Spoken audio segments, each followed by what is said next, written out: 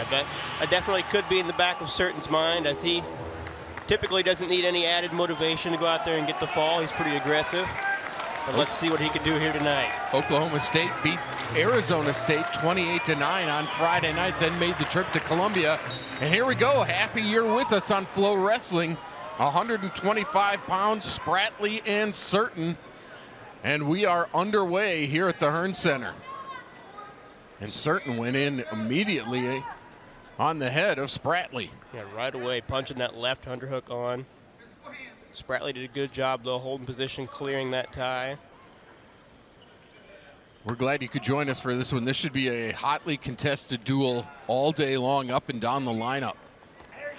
Surtin in on the leg. Good single by Surtin here. Needs to get some height. There he does. Spratley hopping around, still alive, no points.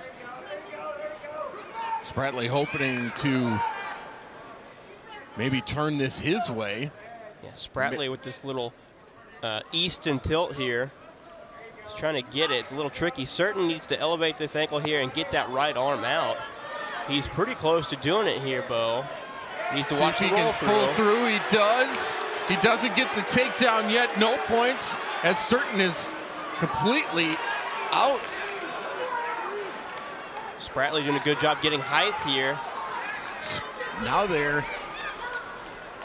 they come together as Surtin goes over the top. Spratley holding on to the ankles. Surtin holding on to the one ankle. No points yet. Surtin needs to keep this far ankle here, continue to build in and get his hip in, but Spratley's got the bottom leg of Surtin. If he could free that left ankle and hook this ankle, stalemate. They'll stalemate it. And I'm not sure who that benefited, but John Smith wasn't happy about that on the Oklahoma sideline. They go back to neutral and back to the middle, and we're wrestling again. No score. About 1:15 to go in the first period. Good hand fighting here by Surtin. Little half shot there. And Spratley waiting patiently here. He's done a good job hand fighting so far and clearing ties. But let's see if he can get to a leg attack of his own. Spratley 16-4 on the year. Wants to come forward here. 50 seconds to go in the period. Surtin, as we mentioned, ranked third, 12-1. Spratley ranked 11. A lot of action so far, no scoring. Surtin with a little throw there, 30 seconds. Surtin's in on an ankle.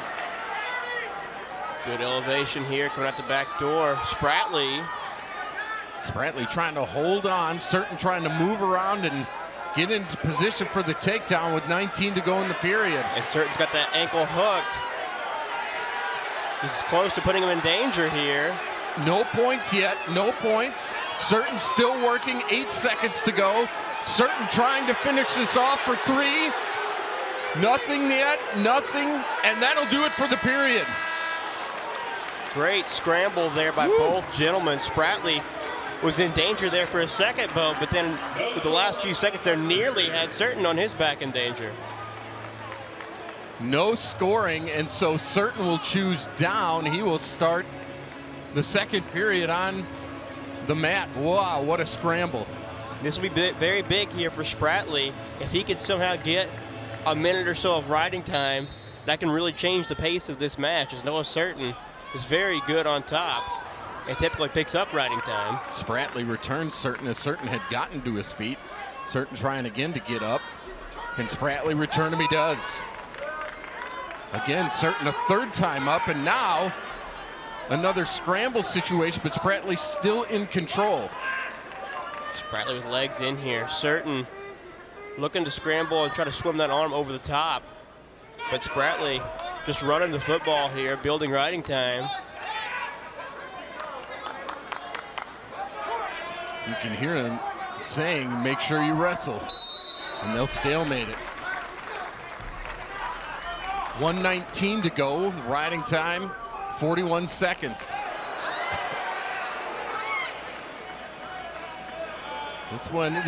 This is what you're going to see all day.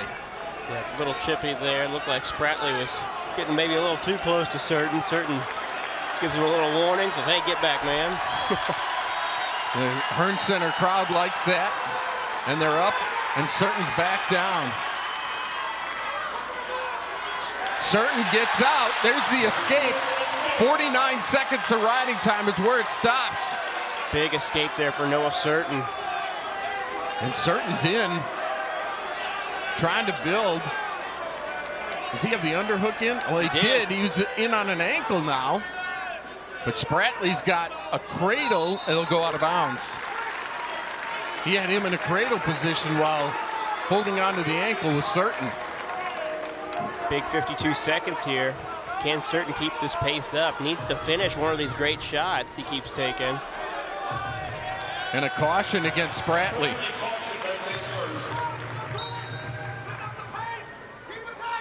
They go back to neutral, 1-0 in favor of Surtin. 45 to go in the second. Coach Bradley from Mizzou telling Surtin he needs to pick up the pace here.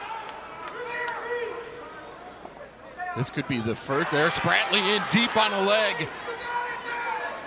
Surtin with the ankle off to the side here.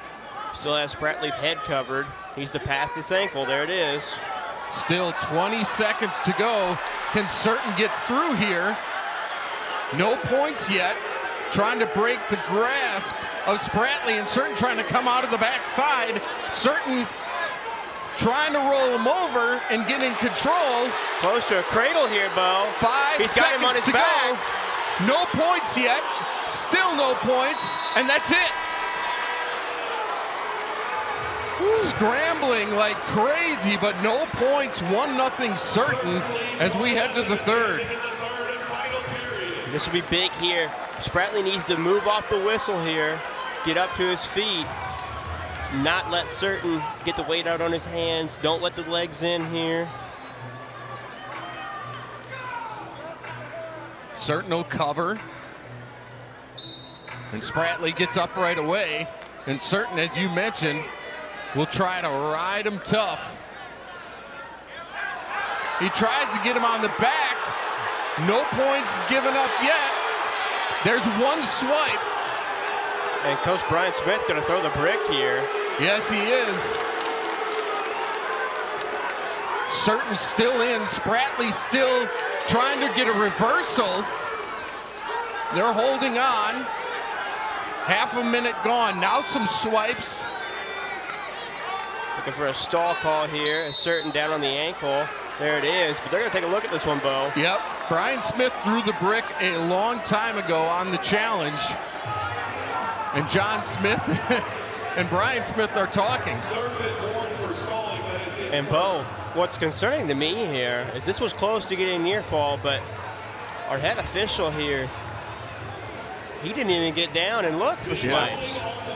Eric Boucher is our lead official. Michael Fredrickson is the second official here today.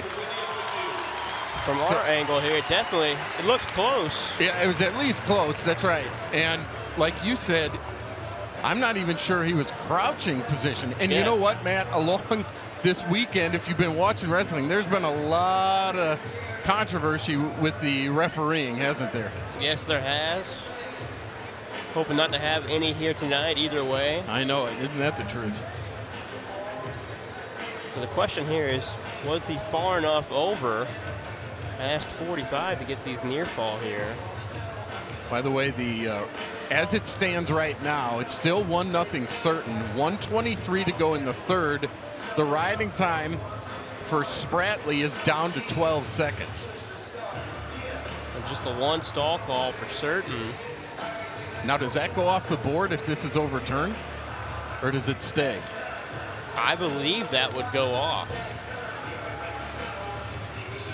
It's an awful early time in the duel to throw the brick, too, for head coach Brian Smith. Absolutely an aggressive move here. So they're still looking at it. They know how important this match is in the whole duel. Yeah, if this does get reversed, I believe Surtin would get 2 near fall, and it should reset the clock. Yeah. Here's a look. And you tell me what you think. Also big for this review, it depends on what angle the camera had for the reveal. As you can see there, Man, it's close. From this angle here, it looks like he should have gotten some swipes. It's close, he's right. They're talking about it there. And they'll make a decision, and they'll announce it to us. No takedown, no swipes, no near fall. It's 1-0, and that means the brick is gone, right? Yeah, that's it for Mizzou. Big duel. That's very early to lose the brick. 1:23 to go, the riding time.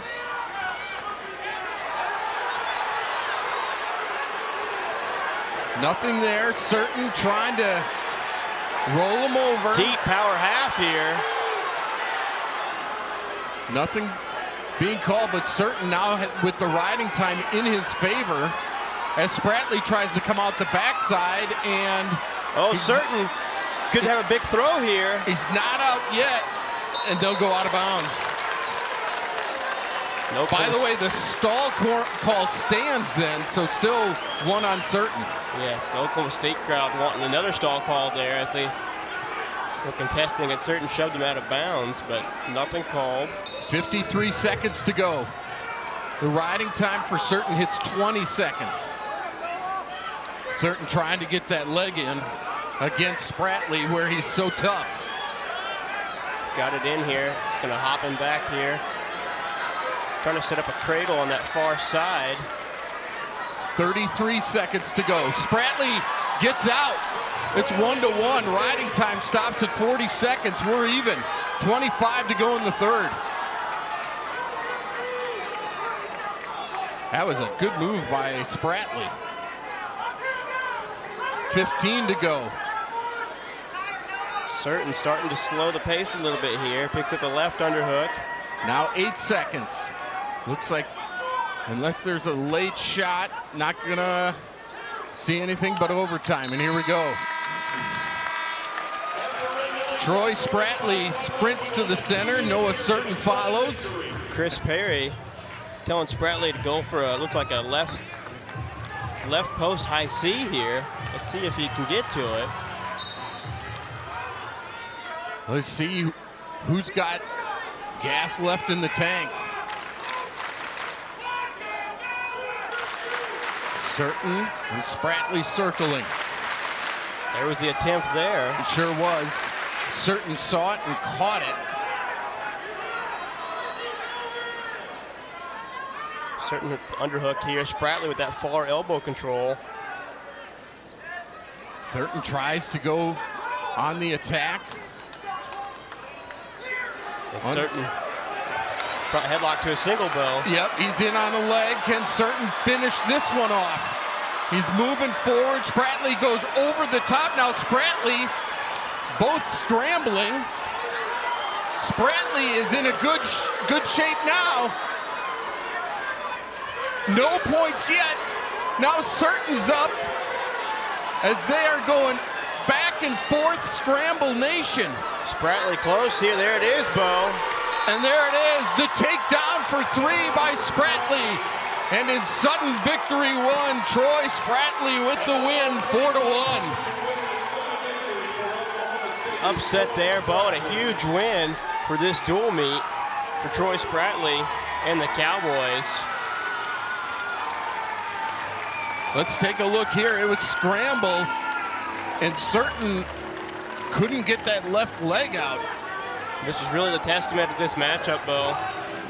Surtin not able to finish his shots, and a great job by Spratley every time to scramble out and make Surtin shot his own offense off a scramble and able to finally pick up a takedown on that last scramble there. And as we mentioned, at 133, Dayton Fix will win by fall. And this is interesting here, Bo. It looks like we talked about this before. They're going to bump up an extra 2,500, take this forfeit, and Dayton Fix is going to go 141. So Fix will go against Josh Edmond, and it is what we talked about previously.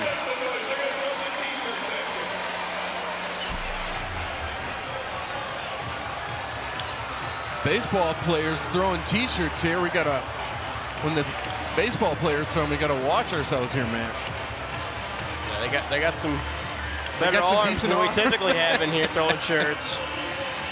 But a huge win by Troy Spratley in sudden victory 1. It's 3-0, but make it 6-0 after the 133 forfeit. So we'll go to 141, and just as we thought, Dayton Fix will wrestle, and he'll take on Josh Edmond. And Edmond, I mean, let's just be straight. He's been struggling, Matt. Yeah, you know, he's had a really hard time wrestling for a full 7 minutes this year. He's had some great effort, but just hasn't been able to keep it all together for an entire match and pull off a big win. And that is what he needs to do here today.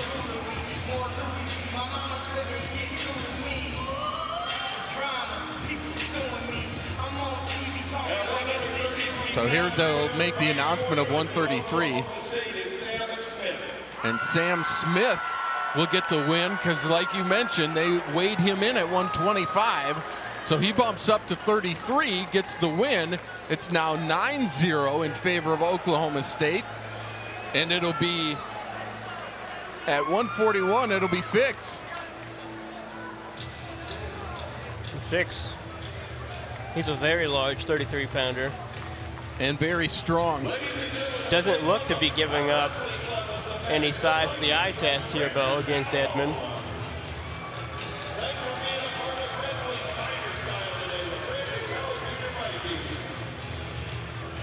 As we get set here for 141. Fix having a great year so far. Yeah, usually it's Tegan Jamison, who's ranked number 8. I mean, he's good in his own right. And you have to wonder if he bumps up to 49. I don't think so, but it's a possibility. Yeah, it certainly is.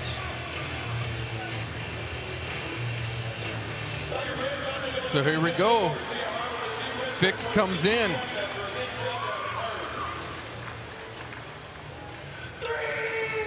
Fix and Edmond. And we're going at 141.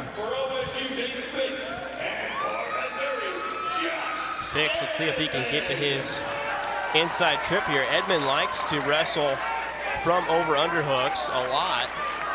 Fix, by the way, 9-0 on the season after a win the other night against Arizona State. Edmond 8-5 on the season. This is Oklahoma State going for broke here in the early session. There's a shot by Fix. Doesn't connect. Edmond goes backwards out of bounds as Fix pushes him there. John Smith wants a little bit of a going out of bounds there. Let's see what Edmond can do. Fix taking ground here. Good double leg shot by Edmond. Can he finish? That should be a takedown, but it's not yet. Reaction, no control. Yeah, reaction time there for Fix as he's going to scramble out of this one. And they're out of bounds. What a shot by Edmonds, but Edmond can't finish it off, and that's been his problem, Matt. Yeah, great shot here. Gets up almost to a body lock. And Fix puts his hands down there for a second, but you get reaction time. And immediately rolls through and scrambles out. That is a veteran wrestling move there by Fix. And nearly turned it into 3 for himself. They go back to the edge. And I think they're telling Fix to stop Hands hitting to the him. face there, yeah. So you could be foreheading up, but can't be lower than the eyebrows. 1:30 to go in the first. Fix, of course, wants to stay low where he's just so dangerous. There he goes. Edmond catches him. Fix went for a shot there. And this is what you're talking about. Josh Edmond has a lot of gas early, but Fix really strong in this position here. Edmond comes back to the middle, and so does Fix. Under a minute to go in the first, no score. Edmond drops down to a knee, and now they lock up.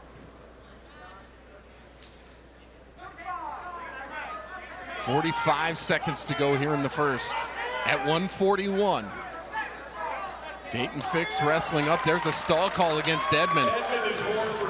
That's his first warning.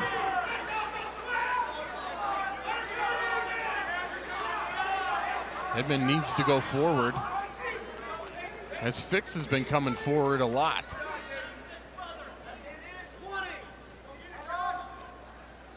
Both guys feeling each other out here.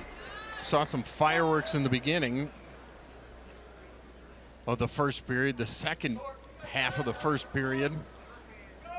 A lot of sizing up, and maybe that will help Edmond as he saves a little bit of energy. It's no score after one. Fix will take the down position here to start period 2. Edmond really needs to work to build a little bit of riding time here to offset when Fix is on top next period. Fix gets to his feet, and he's out after 6 seconds or so. So Fix has a 1-0 lead.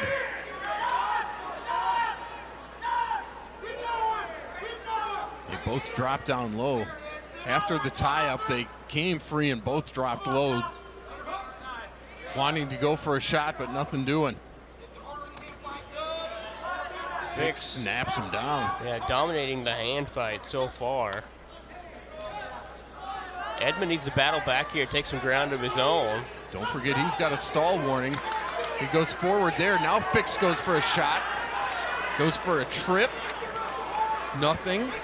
And that's the difference at 141 with Edmond being so long. Edmond trying to get a takedown here and throw for Edmond. No points there. Both of them going back and forth in the first minute here. The crowd at the Hearn Center applauds both men. Great defense so far by Edmond. He's been able to stuff everything from Fix, but needs to desperately get to his offense here. He's going to give up another stall call here, Bo. Yep, he sure will, and that's a point. 1 point for Fix. He's up 2-0. Edmond twice has gone backwards out of bounds, and it now cost him a point. 2-0 Fix at 141.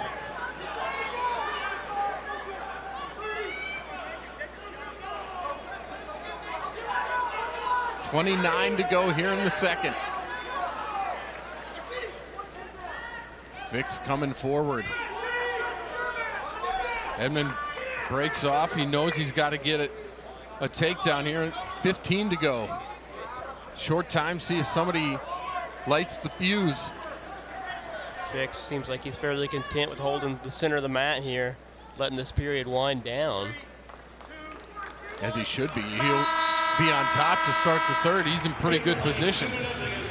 Edmond really needs to blow to his feet here right off the whistle.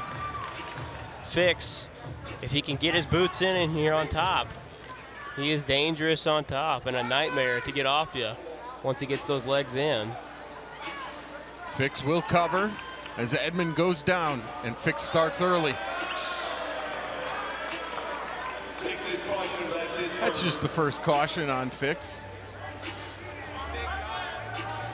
He'll cover again as we begin the third. 2-0 Dayton Fix as Edmond gets up quickly. And like you said, he needs to get out. He does. He gets the escape. Great job by Edmond there. Gets himself back in this match. 2-1. Edmond goes for a shot. Fix catches his head. You can hear Coach Don Bradley on the Missouri bench saying, "Keep it up, Josh." He needs to stay in the center here and just keep shooting.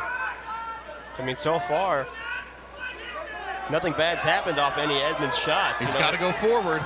He's been in good position, even when they haven't landed. 1:20 to go here in the third. 2-1 Fix. There's a shot by Edmond. Fix catches him again. Boy, the defense has been really good in this too, hasn't it? Yeah, absolutely. Both guys here, really solid position. Fix just so strong here. Did a great job blocking with his head, just taking ground against Edmond to get him to that outside circle. Fix grabs on.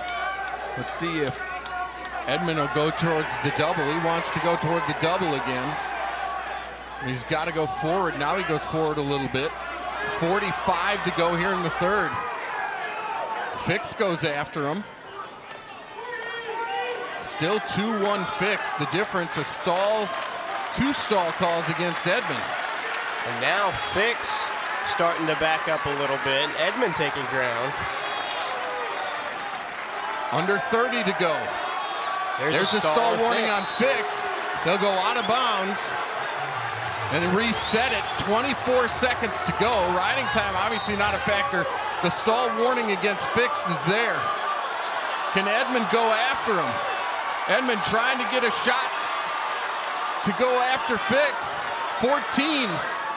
Edmond needs to keep going here, just relentless. He needs to get the stall call at least. 7 seconds to go. Fix goes in for a shot. Now Edmond, a final shot, can't do it. And Dayton Fix will win it 2-1 at 141. 3 more points for OSU to make it 12-0 Cowboys. A great strategic win there for the Cowboys, bumping Fix up. Not a lot of action there from Fix, but gets the job done, Bo, with strong position work. Yep, and driving him out of the circle. Absolutely. So Josh Edmond just needed to get started a little bit earlier there in that final push to pick up either the stall call or try to get a takedown. Now the Tigers are really in a deficit here, Bo, heading into 149. It's 12-0 in favor of the Cowboys. And we'll see who wrestles at 149. Sammy Alvarez is usually the guy who wrestles. However, he lost the other night. So Alvarez and Jordan Williams weighed in today. And for Missouri, Logan Joffrey can't go. He was a little banged up on the trip out east last week. So I believe we're going to see Joel Mylin, the redshirt sophomore out of Wildwood, Missouri, who was at Hofstra before this. Yeah, Mylin, a Missouri native before transferring back here, like you said, from Hofstra. I think we're going to see Williams here. It looks like it should be Williams. And Mylin, he's had a decent career here so far for Mizzou, picking up a pretty good handful of wins from some open tournaments. And one of those, Bo, came against Jordan Williams last year in an open. At least you have met before. Yeah, it looks like it's going to be Williams. Jordan Williams is 10-4 on the season.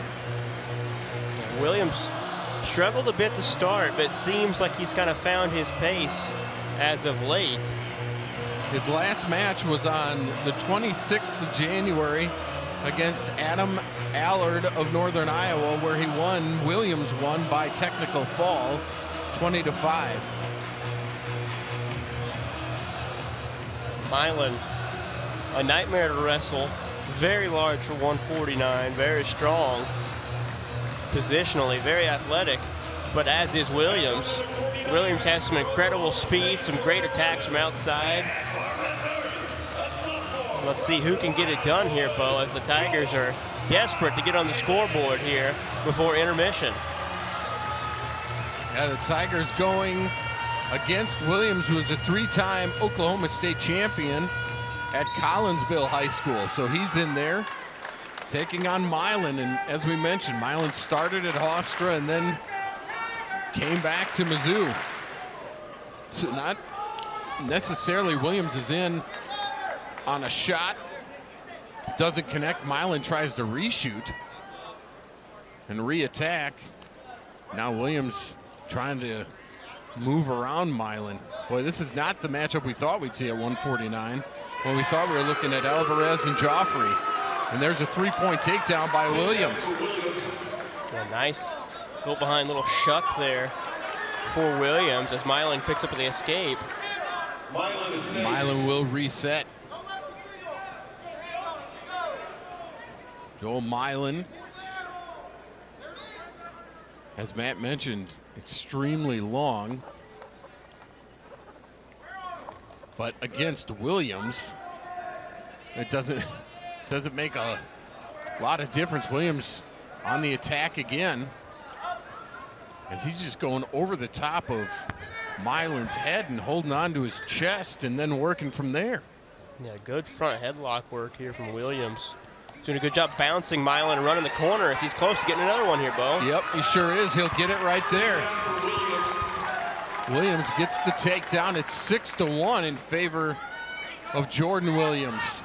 Mylin trying to get out of this. Williams looks right here like he's just trying to hang on. And now there's a Mylin escape. But now he's got to go. 1:15 to go in the first. 6-2 in favor of Williams. Mylin really needs to keep being aggressive here, but really be selective on his shots and hold good position when he doesn't get to the leg. So far, Williams been dominant in that front headlock position. He's done a great job of running the corner as there's Mylin now trying to return the favor with the front headlock.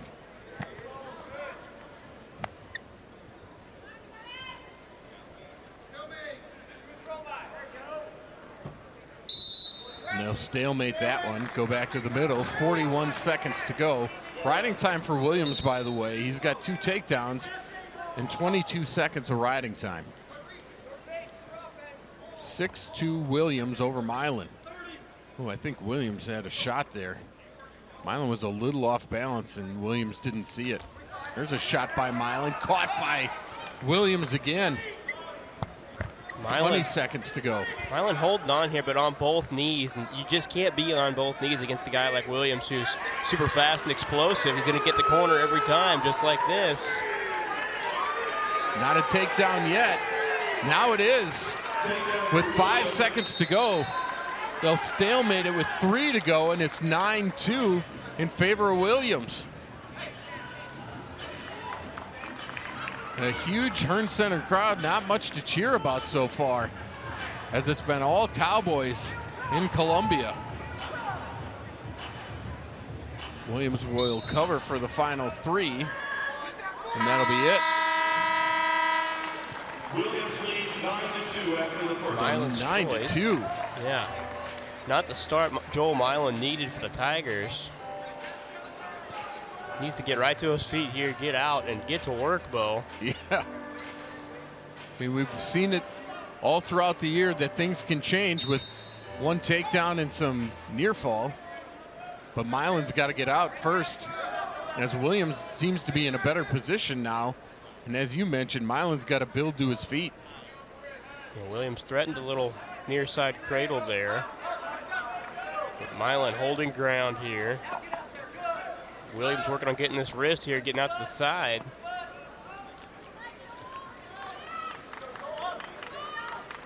Williams is about to go over a minute of riding time, and he'll get it now.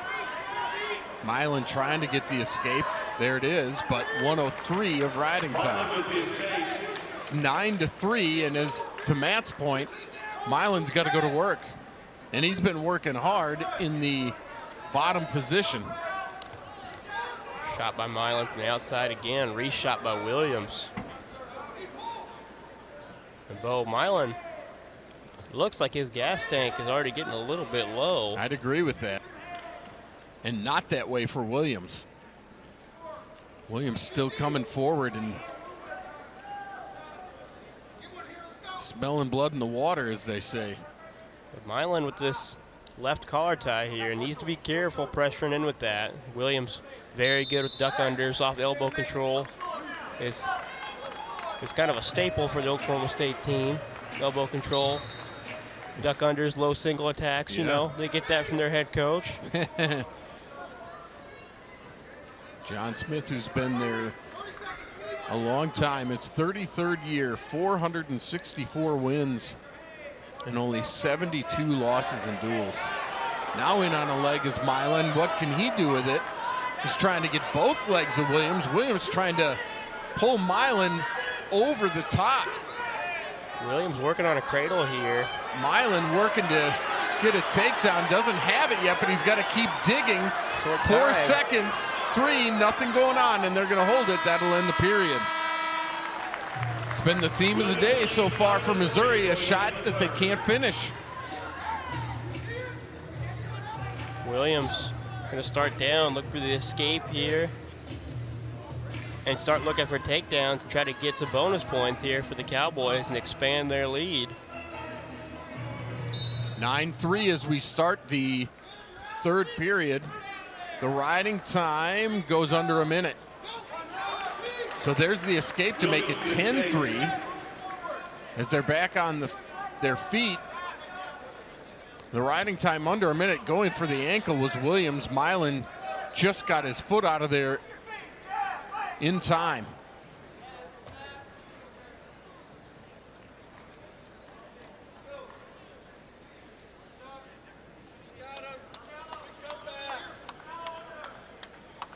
Mylin needs to go with 1:23 to go here. Little shuck throw by there for Williams. Williams continuing to wrestle. There's a shot by Mylin. He gets in on a leg, but now what can he do with it as Williams wants to do the same thing as he just did. He's got Mylin's head on the ground. He's going to pull him on his back. Cradle. Williams, and rolling through is Mylin. No swipes, by the way. No swipes, no points. Williams. Stalemate. I mean, you get reaction time, but I would have thought that would have been a takedown. With the near side cradle, he rolled through. You know, generally the rule is near side cradle, you get him to a hip, it's a takedown. But credit to Mylin, he kept wrestling there. Williams knows he's got 45 seconds for another takedown to get a major. There's a shot at it. Went for the double. Can he bring it through on Mylin? Mylin holding on. Mylin's got that ankle pretty good, but can Williams roll him on? Nope. They'll stalemate it. Dangerous situation. Boy, Williams has been impressive. He's been super consistent in this matchup. Yeah. Great position, solid attacks, but really good short offense off that front headlock. Now 20 seconds to go, and again, Williams wants to get another takedown here.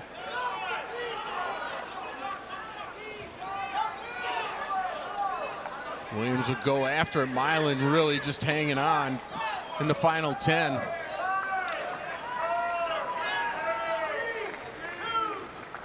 And that'll do it. 10-3 the final score.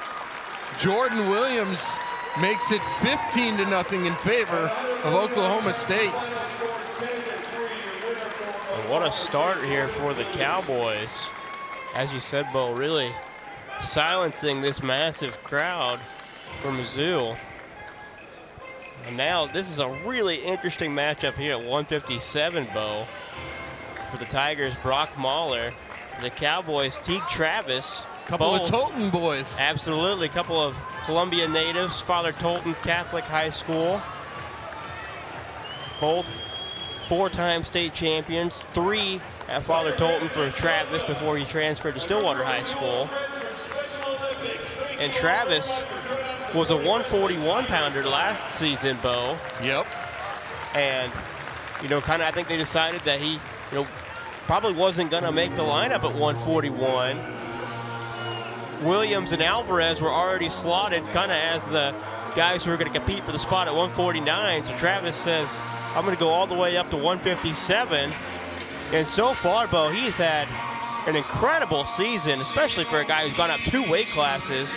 And he's got the length, and it's looked like he's put on the mass as well. Yeah, he's 14-3 on the season, taking on Brock Mauller, who had to wait a week to get back on the mat after maybe one of his worst losses in college. Yeah, I don't think Brock Mauller's ever been major before, as he lost by a major decision last week at Cornell. No doubt looking to bounce back here in a matchup where if you're Brock Mauller, you just can't afford to lose this one, Bo. Not for your team, and you can't lose this rivalry with a former teammate here. You kind of got to be the big brother. And Teague Travis coming off a loss the other night against Arizona State. Yeah, good matchup there he had with Ja'Cory Teamer. Now this is a pretty interesting matchup style-wise. Mauller really straightforward, has great drags, but fantastic counter offense scrambling. And Travis really pushes the pace, gets to a lot of shots, and really uses his gas tank to wear people down. Mauller, by the way, wrestling for the final time at the Hearn Center as it is senior day. There's a shot by Travis, and Travis has got a 3-point takedown.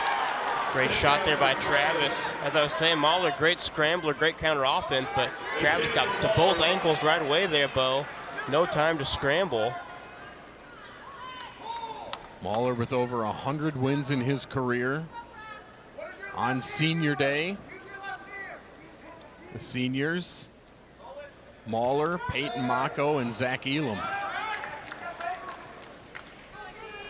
Those are the ones in the lineup today.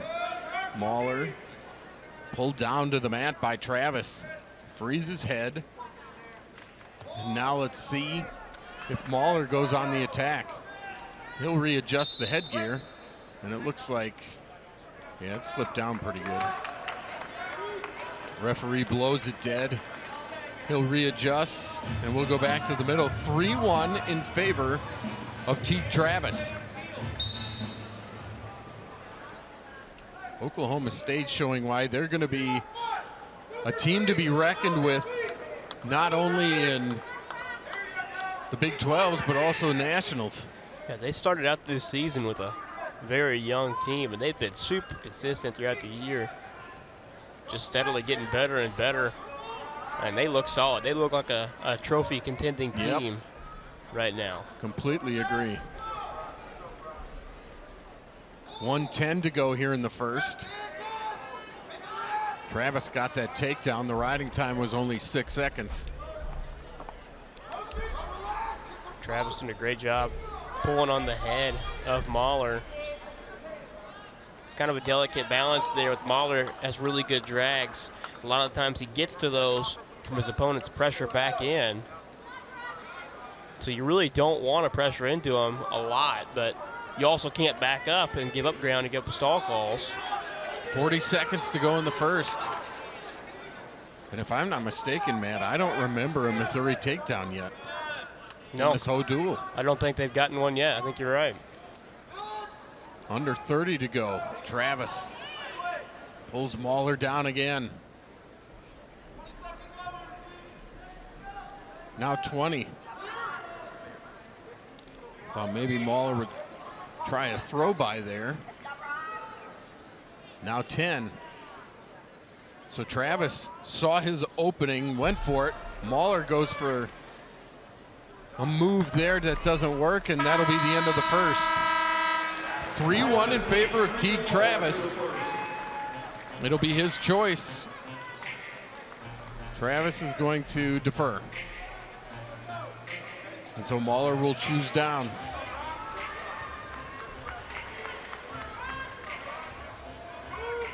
Mauller needs to get up and away here. Travis very good at riding, very stingy on top. And there's Mauller out with a quick whip. So make it 3-2 now. And Mauller needs to find an opening. Mauller typically does a good job getting to his drags off, getting wrists from space, but so far Travis has done a great job just staying on his head, pulling his head down, and not getting in the tie-ups that feed to Mauller's offense. I know they haven't been at Father Tolton in a long time, but still, when they've probably wrestled in the room so many times, they kind of know one another and what they want to do. A little bit, yeah. Tendencies, if you will. Yeah, for sure. You know, as they've definitely gotten better over the years, their offenses are pretty similar, really, to what they were in high school. But strategy-wise, so far, Travis really sticking to what I believe is probably their game plan. Under a minute to go in the second. They separate. There hasn't been a lot of action, to be honest with you. 45 to go. Mauller goes forward there. It doesn't lead to anything.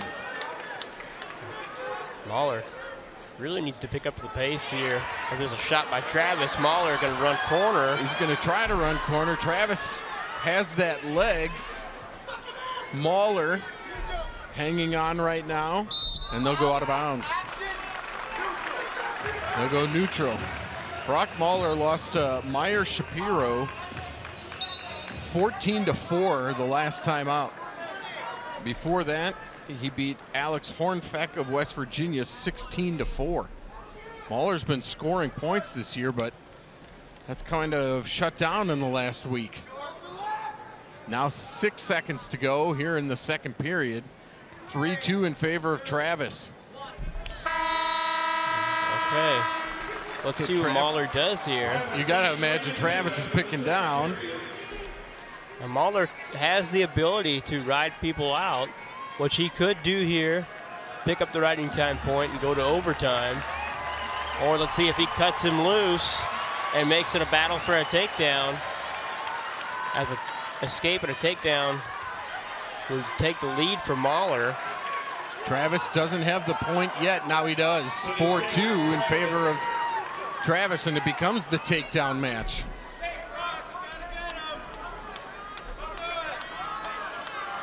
We'll see who has the energy to keep going.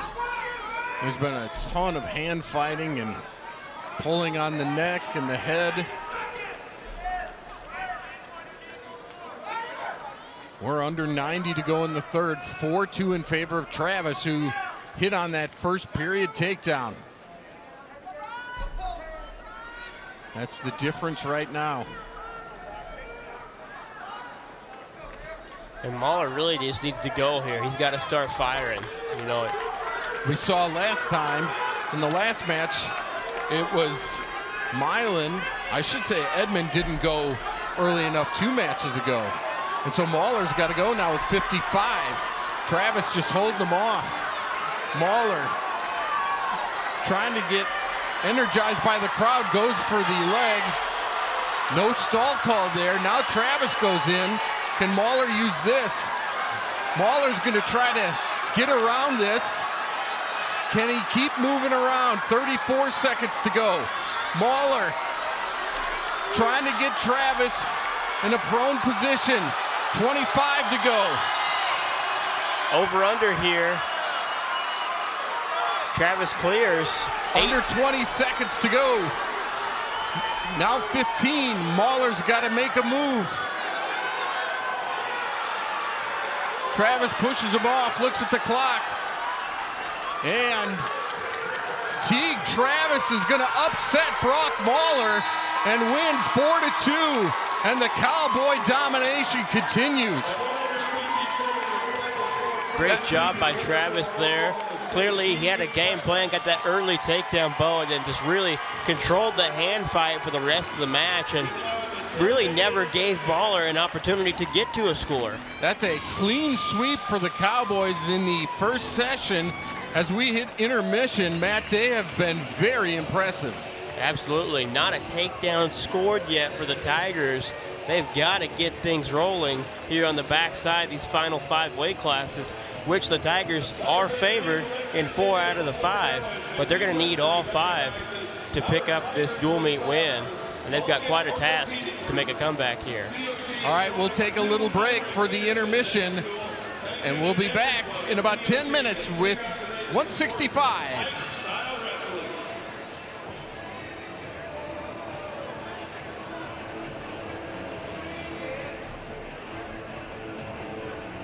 All right, Tiger fans, direct your attention to the mat now. You're not going to want to miss this one. It's last man standing. Here's the deal. You've got 2 students representing their organization facing off on the mat in the sumo suits. It's very simple. The last one standing on the Tiger head will move on to the next match. Each match will last 30 seconds or until someone gets knocked out.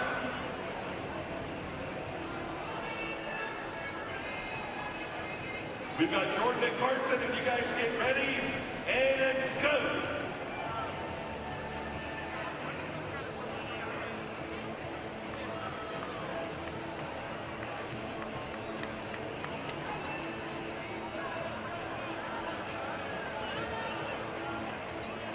All right, there's our first winner.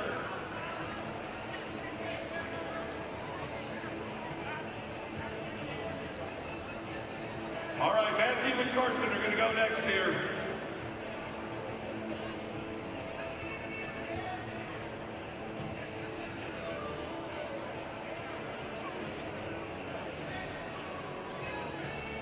We'll have a quick equipment check here.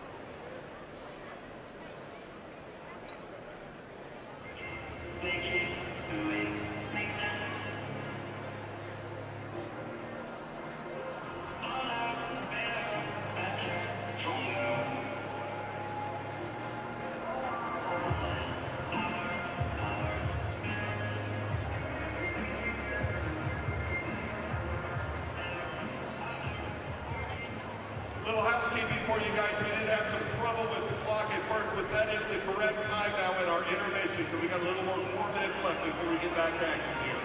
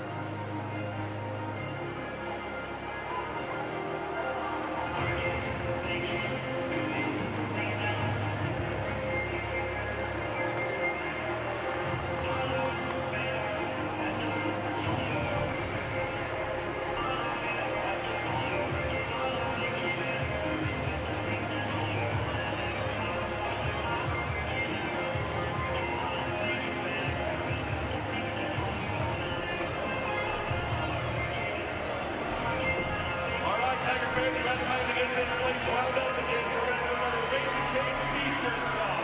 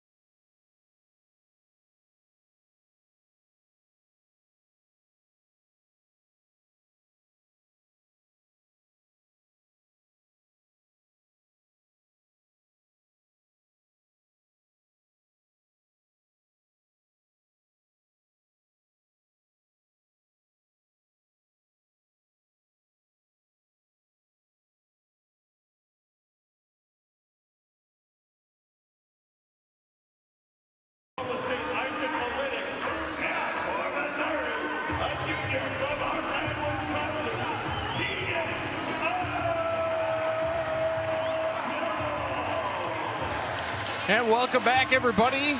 We're on FloWrestling. It's been a Cowboy cavalcade so far. They lead 18-0. Number 3, Oklahoma State, 18. Number 5, Missouri, 0. We are at 165 pounds. And this is number 3, Isaac Olenek, at 19-2 for Oklahoma State against number 1 and unbeaten 13-0 Keegan O'Toole, the two-time defending national champ for the University of Missouri, as we are underway. And O'Toole looking to get the first takedown for the Tigers, Bo. Tries a shot on Olenek, and we've seen Olenek O'Toole before. O'Toole is 2-0 against him. And the thing that makes Olenek so hard to take down is he's so long. Absolutely. O'Toole will be patient here, as we've seen many, many times. As he's in on this shot, wants to finish it off.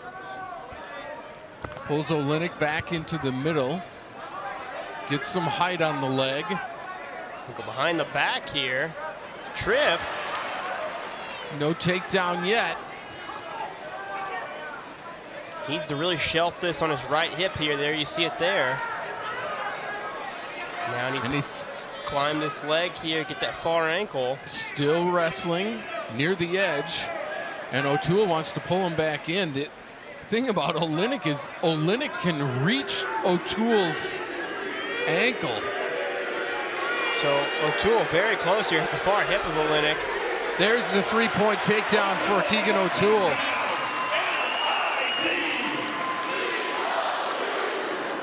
O'Toole with the leg in here. As they go out of bounds. They'll go out of bounds.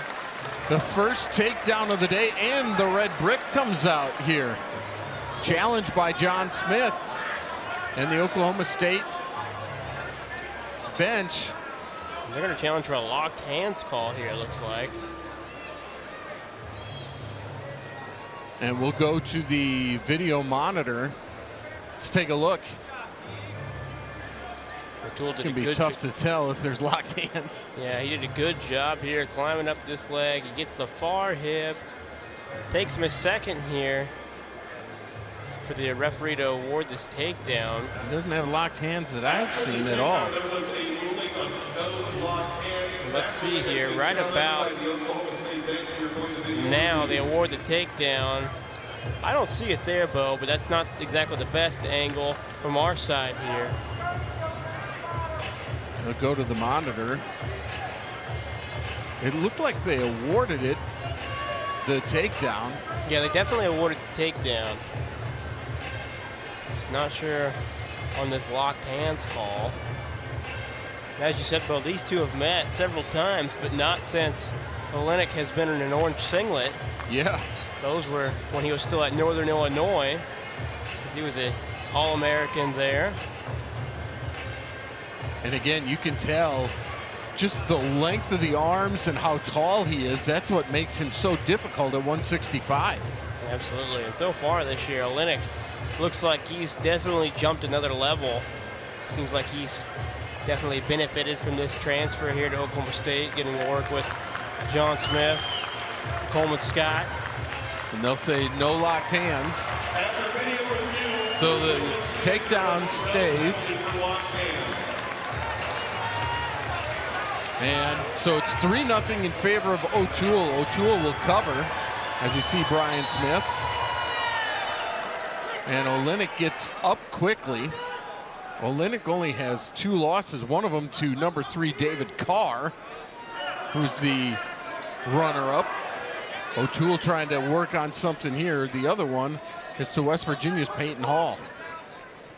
And Hall and O'Toole, they had a barn burner of a match a few days ago. As O'Toole going after this tilt here. Nothing scored, and now Olenek trying to turn it on O'Toole. O'Toole gets back in control. Still 35 seconds to go in the first. Olenek almost had O'Toole in a little bit of danger there, trying to hold him on his back as O'Toole rolled underneath that tilt. 20 seconds to go. Olenek back down on his knees as O'Toole builds his riding time to 110. Olenek trying to get out of this in the final 10 seconds. O'Toole will take him back down. Now O'Toole is holding on, and that'll be the period. Oklahoma State wanted an escape there, but O'Toole pretty clearly still had the leg of Olenek. And so it's 3-0 in favor of Keegan O'Toole as we go to the second. Riding time at 120. And O'Toole will start down, Olenek will cover. Yeah, O'Toole had that leg. There was nothing doing there. Keegan trying to come out the backside against Olenek. He's on his feet. O'Toole working to break hands here. There it is. And there's the escape point. The riding time stays at 102, which is significant. 4-0 in favor of O'Toole. O'Toole snaps Olenek down. O'Toole's so good at working the head and getting angles from there. And there's, eye poke there. As Olenek goes back to the circle, and O'Toole, who is used to this. How many times have we seen this year, Matt? Yeah, absolutely. Guys doing whatever they can to try to slow him down. They shake hands and they go back to wrestling. 1:20 to go here in the second. And Olenek looking at the referee there, not really sure what was going on there. And Olenek, so far this year, he's really picked up really slick, almost like an outside, it's a low single, but it's almost like an ankle pick. And he's been tearing guys up with that so far this year. But so far, no shots yet from Olenek. He's faked a couple here and there, just taking a half step forward like he wants to go, just hasn't pulled the trigger yet. 40 seconds to go here in the second period. O'Toole leads at 4-0. And O'Toole now trying to control the head. Now they break, and O'Toole goes in for a shot. Olenek able to scramble out of that. 25 in the second.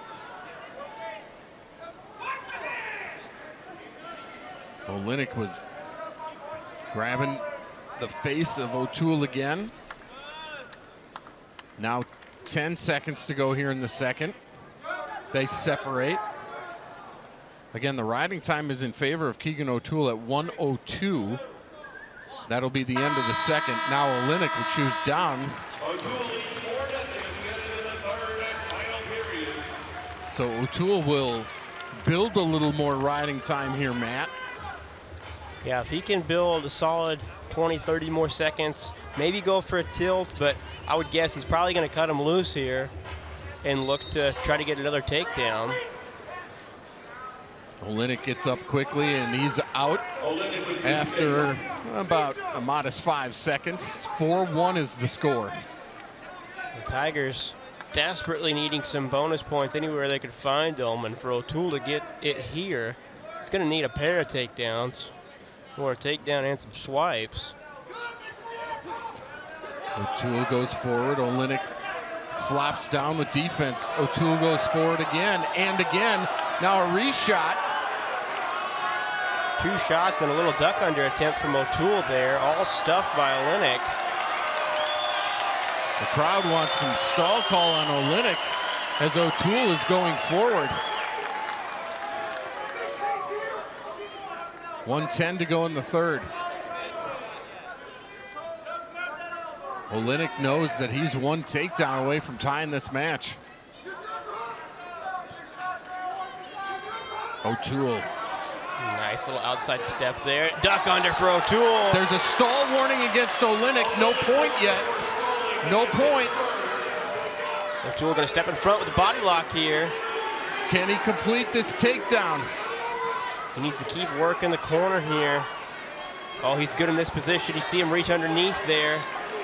May try to roll this through, depending on how deep that whizzer is for Olenek.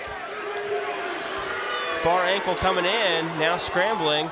Still scrambling with 25 to go. Now Olenek trying to dig into O'Toole. O'Toole trying to finish it off with 15. O'Toole with the single here, trying to close out with the takedown. There. Can he do it? It's close. Not quite. They'll go out of bounds with 3 seconds left. The crowd doesn't like it. They wanted the takedown near the edge. And the referees are going to look at this one, yeah. They got together and said, I think we need to look at that. I think that was second official Michael Fredrickson coming over and saying that was awfully close. The Mizzou crowd down there on Matt's side was getting after the referees to look at that one. As they take a look at it, it was fairly close. O'Toole was in a good position there. Olenek kept wrestling, but tough to say whether O'Toole officially had control here as we take a look. Again, Olenek just so long, Matt. Keegan trying to get that left leg, just get control of it, and it's so difficult because he's so tall. Olenek was doing a great job here at this whizzer. O'Toole did a great job of adjusting off that body lock, dropped on his leg, got it shelved up, picked up the ankle here. You see he's got the far hip here. The question is right here, does he have him? I think so. He's behind both. He's controlling the hips. Olenek didn't have control of O'Toole's leg at all. To me there, it looked like a takedown, but let's see what the officials say here as Mizzou's looking for their first win of this meet, Bo. Yeah. Looking to get on the team scoreboard. Either way, if it's a takedown, it just makes it 7-1. With 3 seconds to go, it'd be just a... Still a decision. Yep. Yeah. O'Toole looks pretty solid in this matchup here. Slowed down a bit there in the middle, kind of after that eye poke there. But really picked up the offense here in the third. No takedown. They'll go back to neutral. 4-1, 3 seconds left. And that'll do it. Keegan O'Toole will win at 165 pounds. The first win for Missouri as he wins it to make it 5-1 with the riding time. Good Keegan O'Toole wins. Top 5 victory. important for the NCAA seeding, important for Big 12 seeding, as the Big 12 at 165 pounds is a real hornet's nest. You got that right. Going to be some great action there. But now, let's head up to 174, Bo. And we will go to 174. Wrestling for the final time here in the Hearn Center is Peyton Mako, and he'll take on Braden Thompson. Thompson, a winner on Friday night. Ranked number 29, improved his record to 8-5. And there you see Mako. Mako is 9-1. Had an injury in the middle of the season that he's, I don't want to say all the way back from, but I got to say probably 95% back from. He rolled his ankle pretty good in a duel we did here. But now he's back, and again, on senior day, his final time here at the Hearns. Peyton Mako. He's going to get my vote for best walkout song, Bo. My Humps by the Black Eyed Peas. You know, on paper, it doesn't sound like it'd be a great walkout song, but man, it gets the people going. It gets me going. And it fits him, man. You never know what he's going to do out here.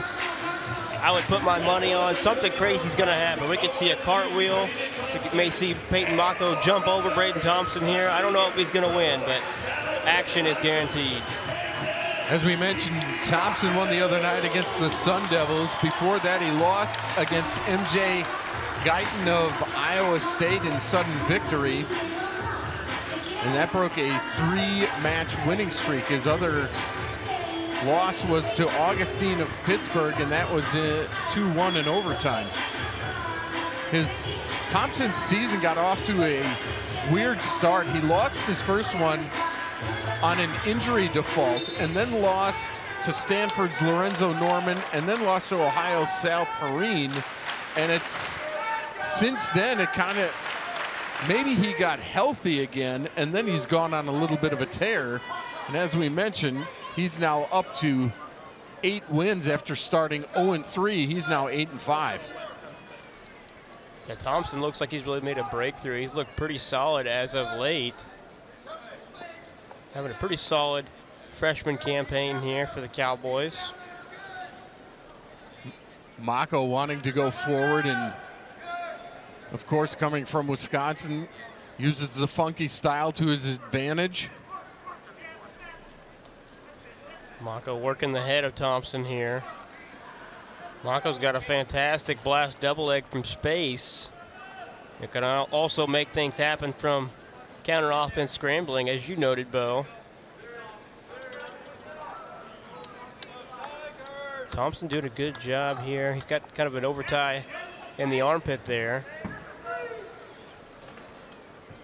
And here's Mako, what you just said, in space. He goes for a shot, and Thompson catches him. And Thompson has, well, he had the knee of Mako, but Mako backs up just enough. Mako controlling the elbow underneath here of Thompson. He clears out. Halfway through the first, no score. There's a shot by Mako. Can he finish it off? That's been the problem today for the Missouri wrestling team. Good lefty high crotch there from Mako. Is now he's in a body lock scenario here. Seatbelt. Can he get the corner? Or you see him going with kind of that O'Toole grip there, looking to get his far leg in. And Thompson now going to try to roll him, and Mako will roll through. And they're going to, I think, going to get back on their feet and might as well be neutral here. Yeah, back to neutral. Over under here. 45 to go. Mako going to shoot Thompson out, but they're going to call it action. And again, I will say this, Matt, and give credit to Oklahoma State. They have been dynamite on not allowing Missouri to finish shots. Yeah, they've really been strong on the counter offense today, as they've been super successful scoring off Mizzou's shots. Not just defending them, but scoring off of them. 20 seconds to go. Mako comes in for a little bit. Let's see if somebody goes for a shot in the red zone. 10 seconds now.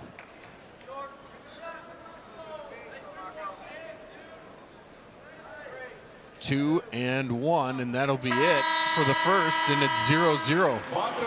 Thompson ranked 29th, Mako number 5. Thompson gonna start down here. Looks like he might have a little blood on his nose.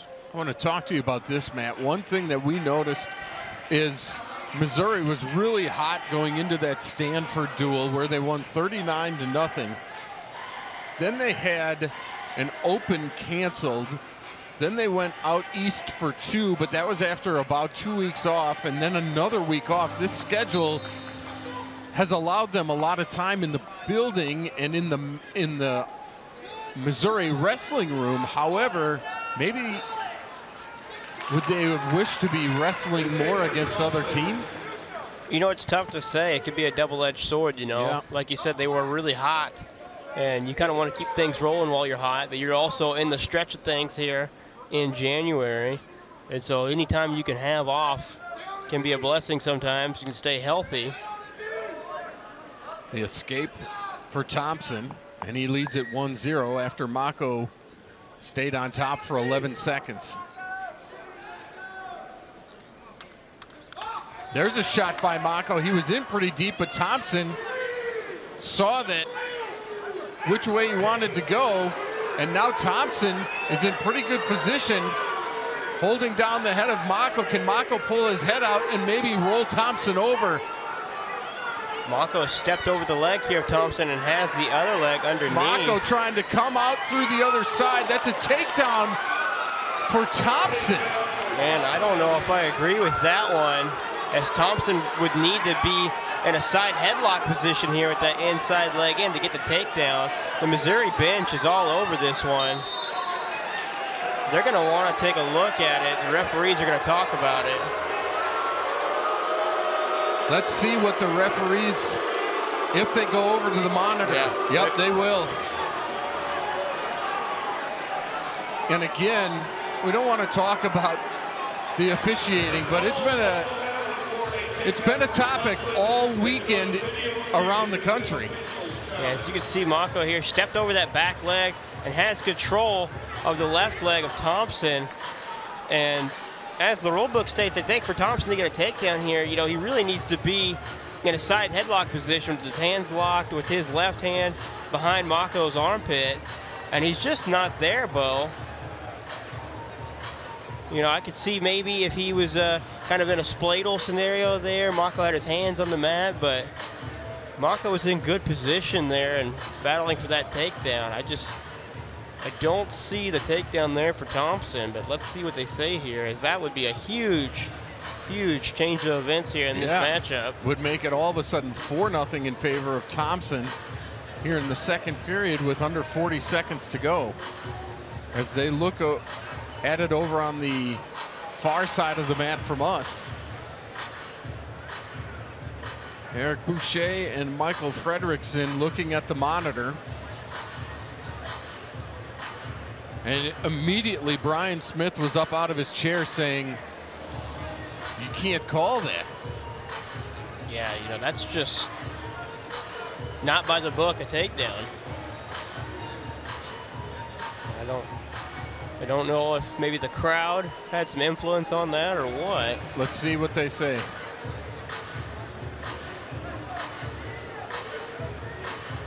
I think we're talking about the time now. I would imagine, so that tells me that they might take it off. Yeah.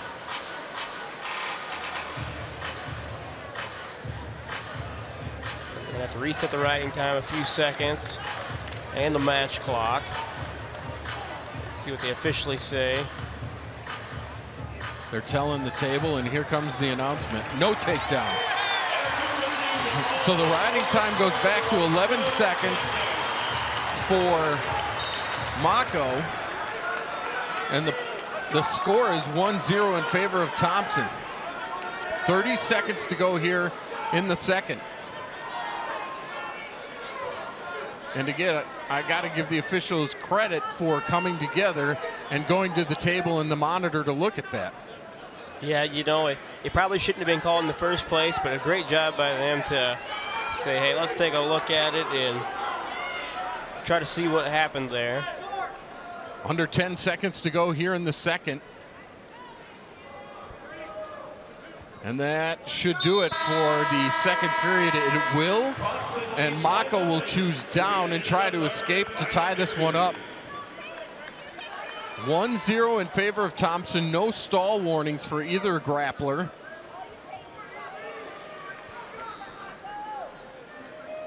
Thompson covers. Mako builds a bridge. Thompson returns them. Can Mako escape out? Or can Thompson ride him for the third? Thompson doing a good job here, a little crab ride. Staying under Mako's arms.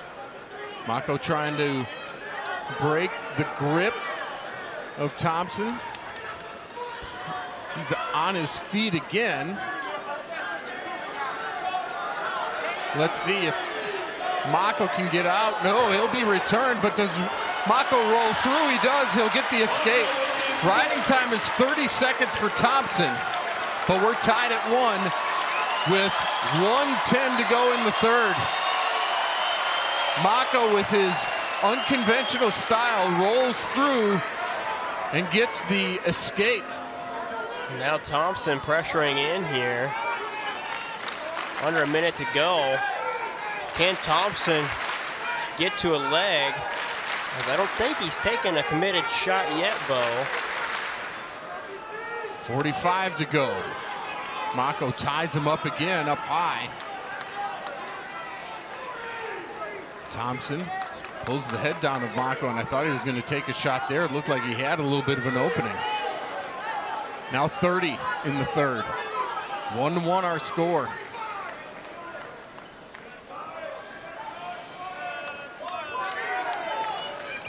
Mako working the head of Thompson, trying to get an angle, but there's a shot by Thompson. He's in on the ankle. He's lifting up the leg of Mako with 14. He's got time to work this. Mako trying to hold on. 8 seconds to go. Mako stays in a good spot. Now 2-1, and that's going to be it. Mako holds him off, but what a shot there by Thompson. Gonna go back neutral, 2 minutes on the clock. Riding time wiped away. And you see the escape there by Mako. We're 1-1, and we're wrestling here in sudden victory. That was a great shot by Thompson from space. Just not enough time or real estate to finish it. And a good job of Mako to stay in control. Both guys hand fighting here. Thompson starting to take a little ground against Mako. I agree. Let's see if Mako can go forward or if Thompson continues to push the pace, and who's got the energy to do it. Mako takes a shot. Thompson grabs him. 1:22 to go in OT. Mako keeps shooting that left-handed high crotch. He really wants that double from space. As you see Mako kind of almost baiting Thompson, putting his hands up and wanting Thompson to reach. But Thompson's been very strict so far. Good position, hands down. Halfway through the period. Looks like Thompson wants to do a throw by. He went for the ankle the last time, tries it there. Mako catches him. Mako needs to wrestle here, needs to get the angle. 40 seconds to go in OT. Now a leg for Mako. Can he finish it off? Mako holding tight now. Thompson. And they're There's call a takedown for Thompson. They're going to continue wrestling. Thompson in a good spot. Mako trying to roll out of this. Still wrestling. They did call a takedown. Mako holding on. 14 seconds to go.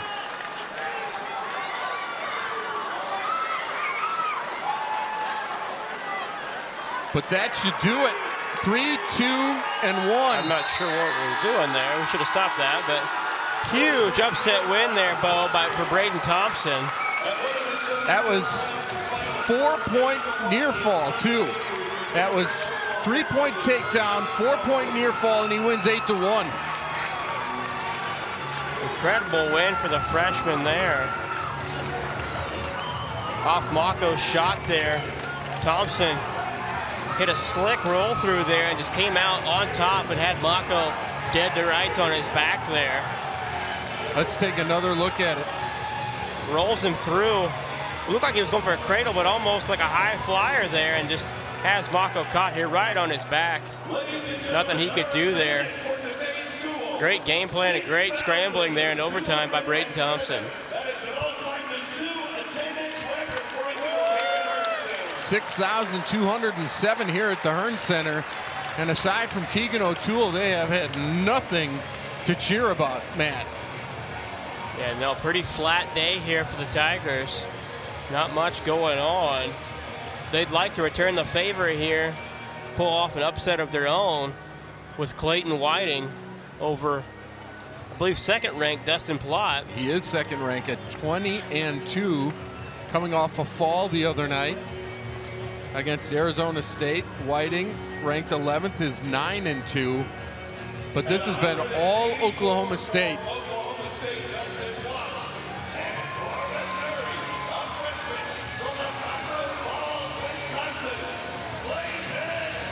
And Whiting had a pretty hot start, Bo, to begin with. As of late, it's kind of been off the rails as he lost a matchup to Chris Foca in his last bout up at Cornell.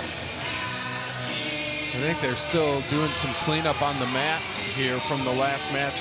I think Mako may have been cut on that last little scramble. Yeah, it looked like there was quite a bit of blood down there.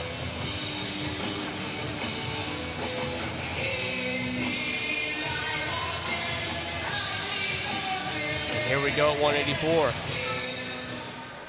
And we go wrestling. Whiting and Plott. And Plott so dangerous and so quick. He's going to tie up with Whiting.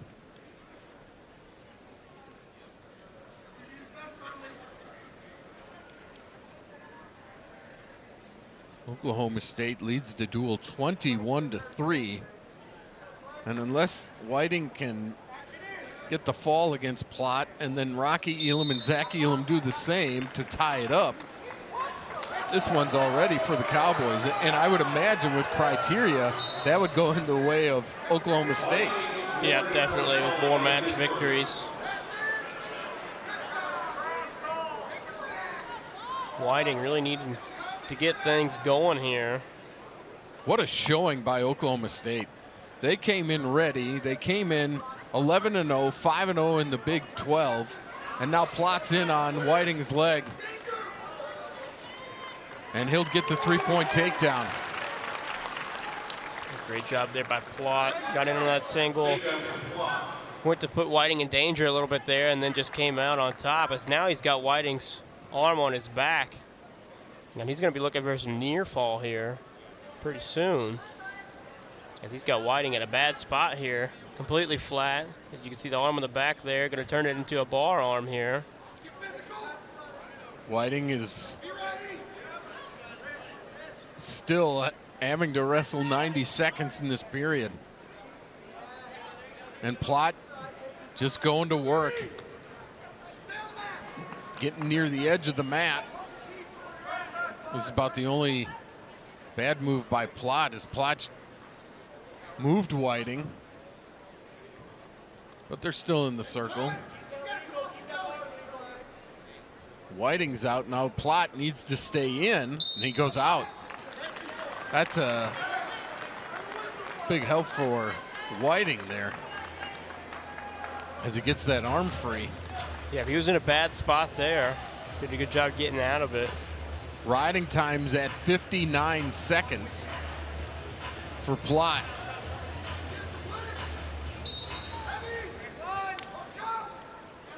Plott real aggressive off the start here. Good cut and chop here.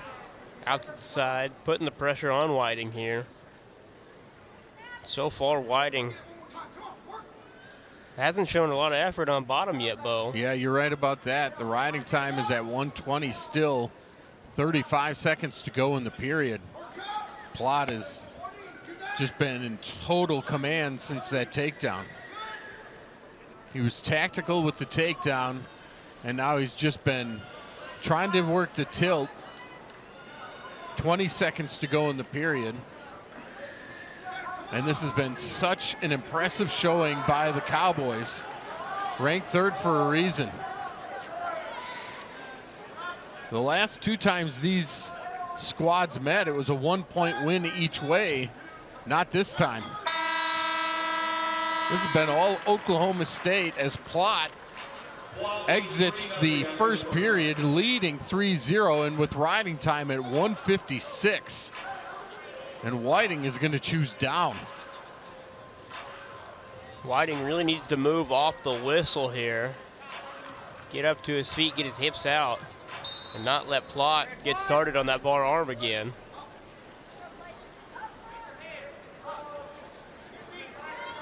Whiting gets to his feet, almost returned by Plott. Big and return. Whiting's back up after being returned. And then he's returned again. Yeah, Plott just did a great job. They're dropping back to those legs off that initial return. Now has him broke down completely prone. And still 80 seconds to go in this period. He wants to get that turn. It's, again, I say only. It's only, there's a stall warning against Whiting. Or no, against Plott. That's a stall warning against Plott. John Smith not happy about that one, and I gotta say I don't know if I agree with that one either. I agree with you. I mean, he was working. He was working. He was on the hips, but he was definitely working. He had Whiting broken down.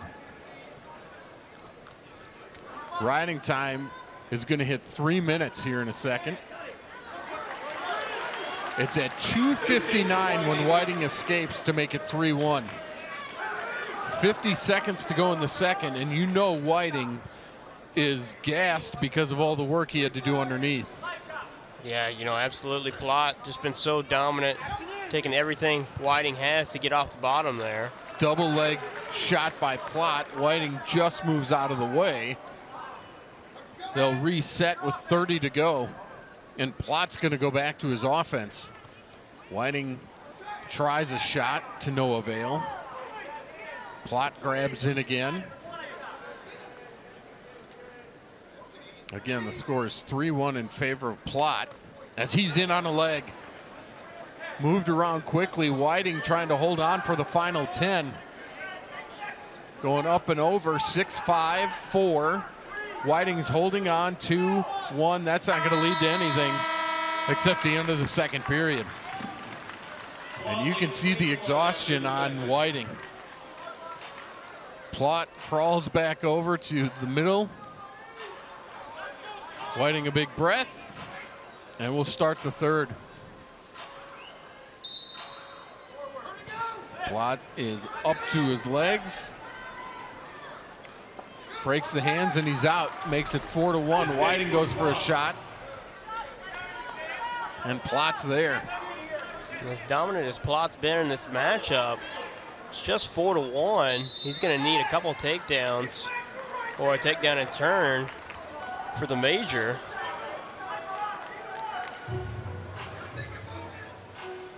They go back to the middle with 1:40 to go. It'll be interesting to see if Plott does get a takedown. He's in quickly here. Looks like he's got Whiting in a tough spot. Whiting trying to hold on. Now he gives up and gives up the 3. Makes it 7-1. And Plott keeping this bottom leg Turk here. Can he get his hips in and get the crossface? He's working for it. He's going to go assassin here. Going to walk over. And he's going to get it, Bo. No swipes yet. No swipes as Whiting is on Plott's back. And no near fall there. The Oklahoma State bench not happy about it. Now under a minute, Bo, and Plott a 7-point lead with the riding time. He's going to need more for the major here. He's going to need at least 2 swipes for the major. 45 seconds to go. Whiting on the bottom. The other thing that Whiting's got to watch is a stall call. He doesn't have any warnings yet. Oh, tried to put him on his back, did Plot. I wonder if Plot lets him up and goes for another takedown. It looks like he's going to here. It's taking a long time to do it, though. There's the escape. 7-2 with 20 seconds to go. Now 15. They'll go back to the middle. Plot goes after Whiting. Whiting holds on. Whiting's in decent shot. Decent space. 3, 2, and 1. And that'll do it. 8-2 will be the final. Dustin Plot wins again.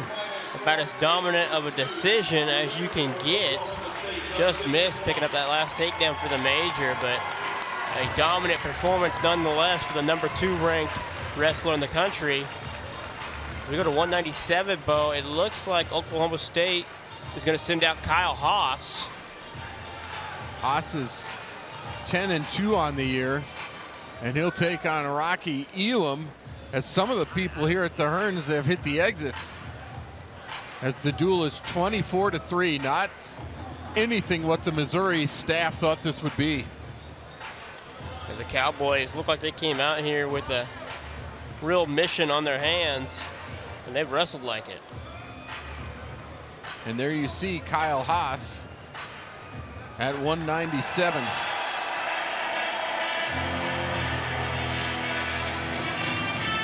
And Rocky Elam, Bo, he's coming off a big loss last week up at Cornell. Yeah, where he didn't score, he lost 4-0. Haas, by the way, has lost his last 2.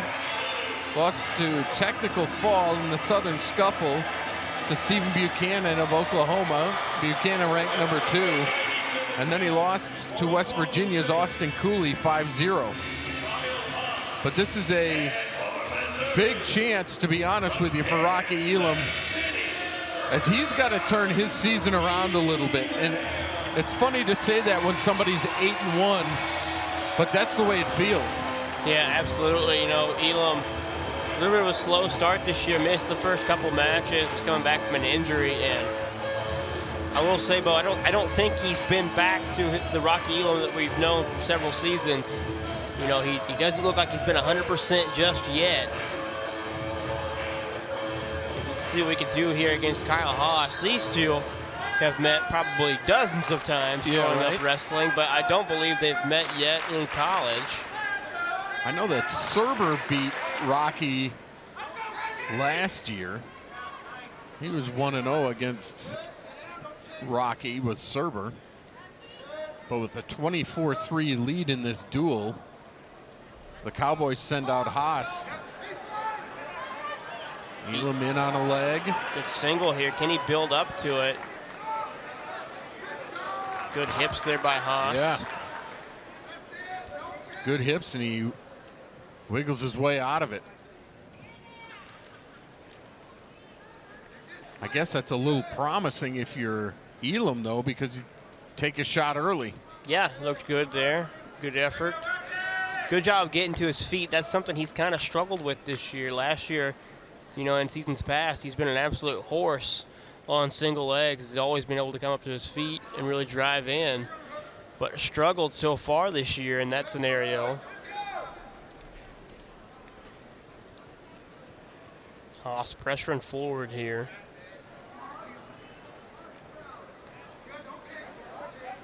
Elam does you can hear him say, "Don't chase." Yeah, Elam does a good job getting off the edge there. Elam wanted to break free and reset. He did. And the Oklahoma State bench said, "Don't chase him. It'll be fine." Let's see what Haas wants to do. You can hear him stay into him. They know that Rocky can go from space.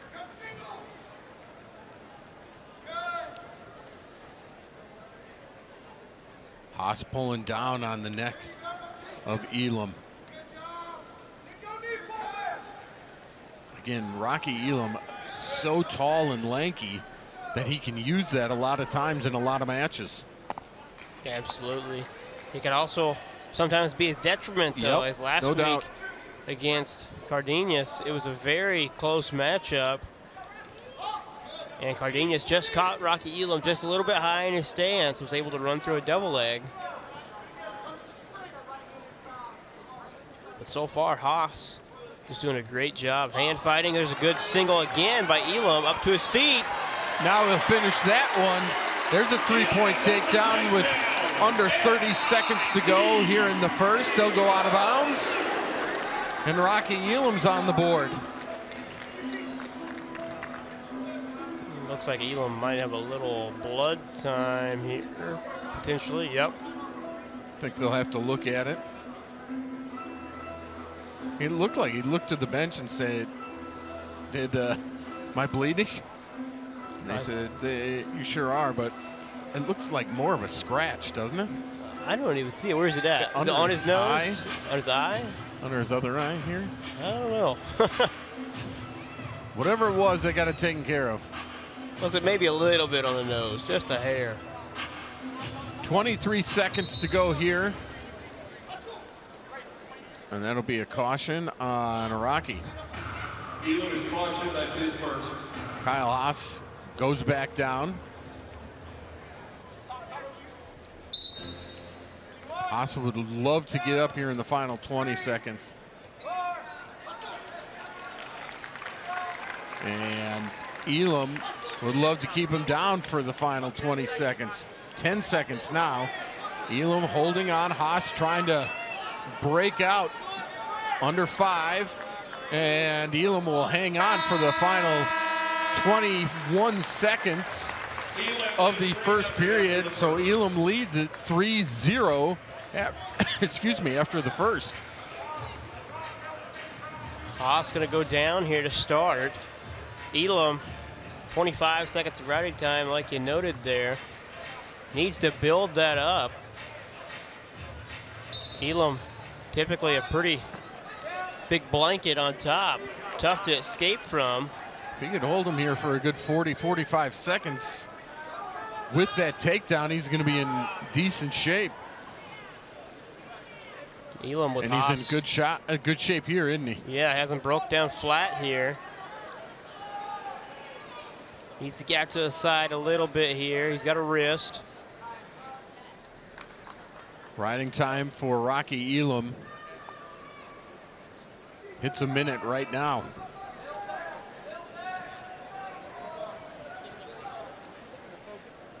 Elam now at the leg in, working on a bar arm on that left side. Near the edge of the mat here. Kind of what Plott was trying to do in the last match. Yep, pretty similar. Haas does a good job, though. He muscles out of it, but still broke down flat. Riding time is at 1:25 as the period hits halfway. And there's a stall warning against Haas. Haas is really trying to crawl out of the circle. Rocky's still with the foot in.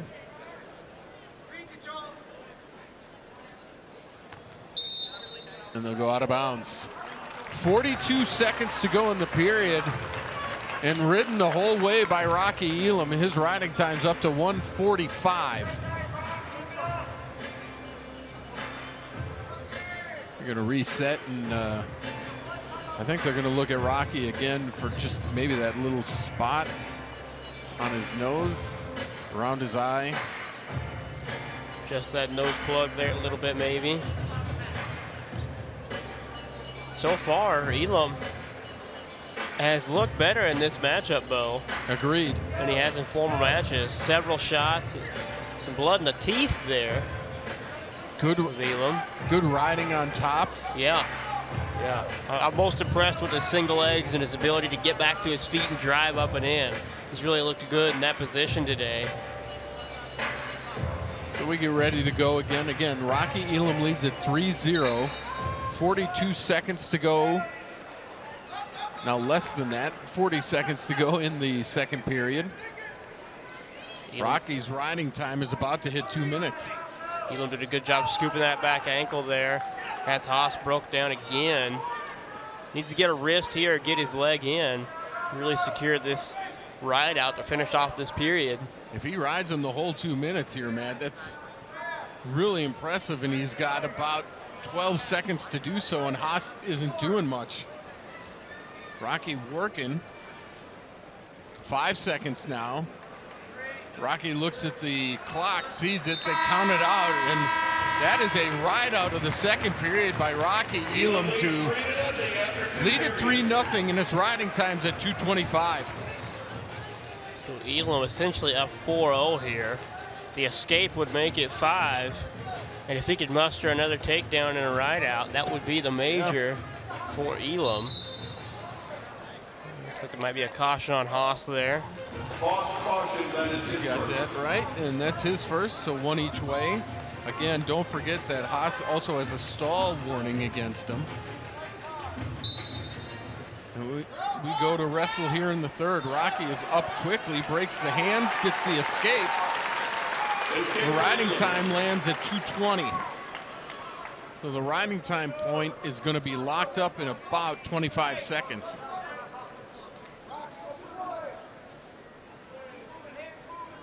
And Haas pressuring in here. Elam needs to circle off the edge. Good single leg.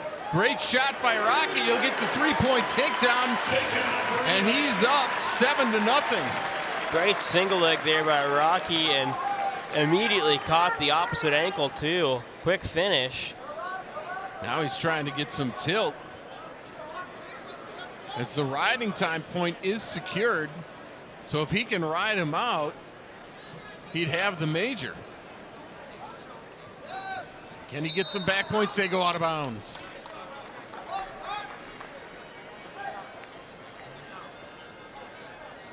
That was a good move by Rocky Elam. And just to echo what Matt said, this is the best we've seen Rocky wrestle maybe this year. Yeah, you know, I would like to have seen him against Server, you know, another highly ranked matchup. Haas is definitely a formidable opponent, but Elam has looked great today. Under a minute to go now in the third. Haas, little short sit scenario here. Elam keeping the pressure on him, gonna run him out of bounds. And they'll go back to the middle. 49 seconds to go in the third. And again, Elam has the riding time point locked. His riding time's at 3:02. It's just a matter of can he ride him out for the final 49 to make it a major.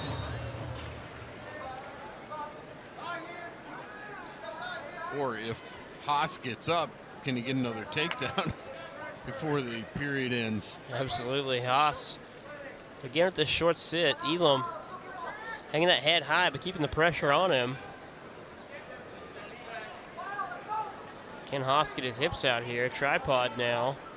Tried and then goes back on all fours as Rocky really putting the pressure on. Now 20 seconds to go. The crowd at the Hearn Center starts clapping. They like what they've seen out of Rocky Elam. Under 10.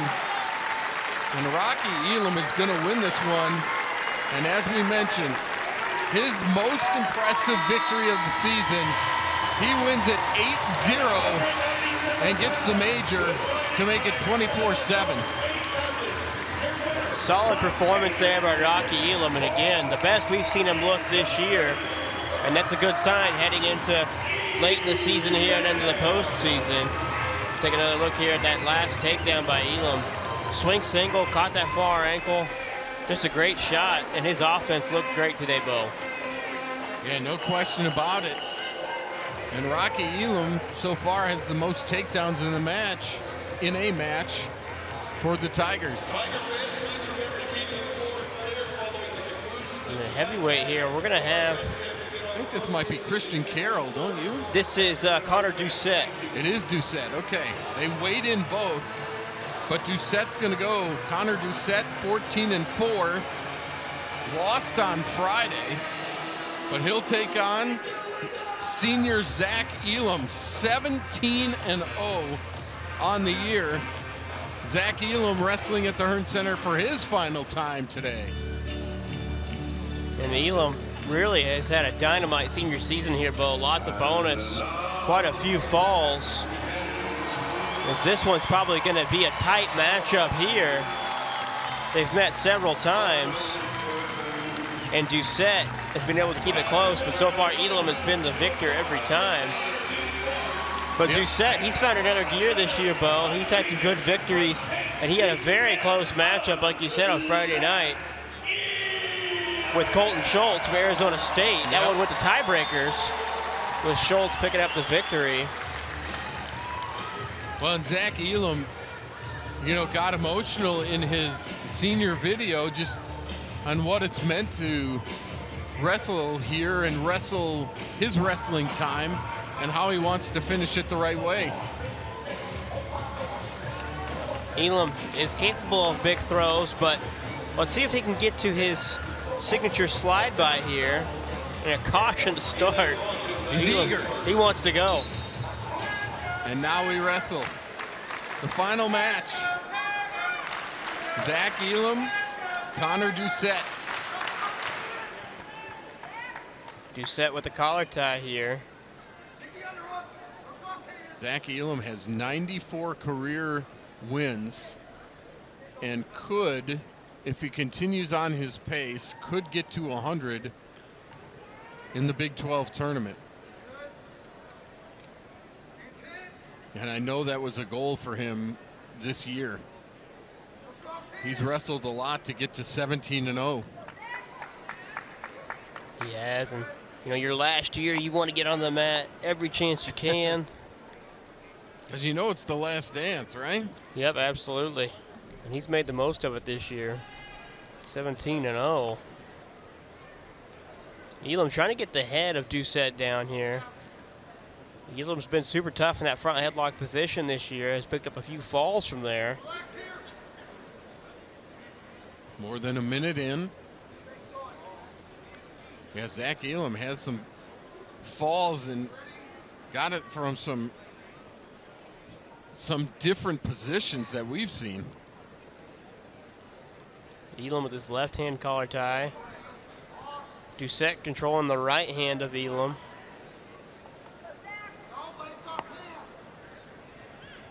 Seven falls so far for Elam this year. His quickest in 22 seconds. That was against Tristan Hitchcock back in December. Hitchcock of Army. Oh, single leg, high single attempt there for Elam. Not super committed, but got an angle there. Elam did win his match against Luis Fernandez of Cornell last week, 2-1. And he really hasn't won and had too many matches that have been that close, just a handful, maybe a couple. He beat Josh Heindelsman of Oklahoma 2-1. He beat Luke Luffman of Illinois 1-0. Oh, Zach goes for a shot there. Did a good job recovering there. Yeah, Doucette had an opening. Didn't take advantage. I saw John Smith stand up and say, oh, that was it. Because Elam had his back turned. Yeah, Elam went for a little post shot there and just got out of position for a split second, but was able to recover. There's a little post shot attempt for Doucette. John Smith clapping on the bench, says he likes that. Under 10 to go here in the first. At heavyweight. And that'll do it. So no score at heavyweight. And this is kind of what you would expect between these two. Doucette ranked 9th, Elam ranked 5th. And again, you want to talk about the gauntlet in the Big 12. Heavyweight's another one. That it is. With White Hendrickson as well. This is going to be big here. Yeah. Yep. There's another caution on Elam. That's 2.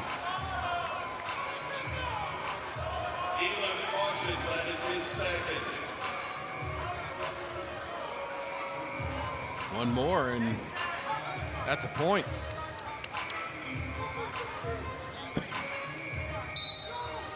And again, Zach Elam does not want to let Doucette out here. Yeah, this is a position where Elam is typically dominant. He wins a lot of close matchups by being able to ride out his opponents. He's in good position here, off to the side, back ankle hook, and working that crossface. Doucette holding position.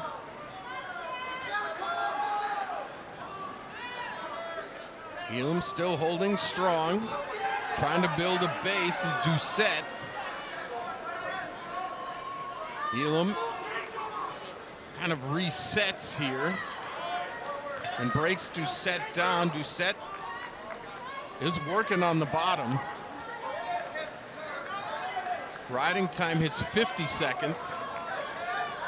And Zach Elam trying to break him down. Maybe try to get a turn here. Did a good job elevating that ankle and driving forward. The riding time goes over a minute.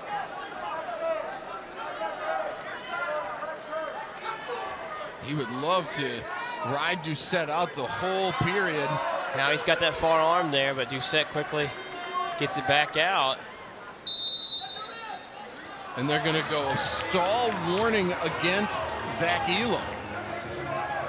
That makes it interesting here. 2 cautions off the jump and a stall warning. The riding time's at 1:20. Obviously, that means 40 seconds to go in the period, but Elam will have to cover up again. And he can't go quick. He doesn't, he's good. And now what can Doucette do? Looked like he wanted to go a little short sit there, Yep. but didn't commit to it. Didn't commit and went right back down. Elam back to the claw ride. Scooping the ankle. There's got that far arm again. Likes to get that far 20 arm. seconds. Likes to get that far arm, try to feed to a cradle or to his cross wrist tilt, but hasn't been able to capture it and keep it just yet. Now 10. Doucette needs to swim that right arm over and get up to his feet, but Kenny, or is Elam going to ride him out? Elam's going to ride him out in the second period. Zach Elam with 2 minutes of riding time. And we're still scoreless. And I think Elam gets the choice. He'll choose bottom. John Smith, I can see him there telling Doucette, you got to go. You got to want it. Let's see if he's going to try to ride him here. I think he'll probably try to ride him for a little bit and cut him loose and make it a battle for a takedown. Elam's headgear becomes unbuttoned. I can see it. Oh, trying to roll him over. Elam's headgear is off. Elam's still wrestling, trying to get out of this. Elam controlling Doucette's foot. Doucette had a wrist of Elam for a second. Can he get a reversal here? Zach Elam trying to get out, and he's still working. They're scrambling. They're holding each other's ankle near the edge of the mat.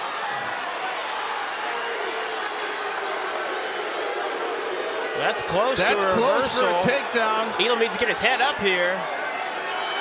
And that's got to be, oh, they'll call it out of bounds. And that's big because Elam now only has 11 seconds over the riding time margin. Needs to get up and out here. Yeah, don't forget, it's still 0-0. Doucette has gone for 48 seconds on the riding time.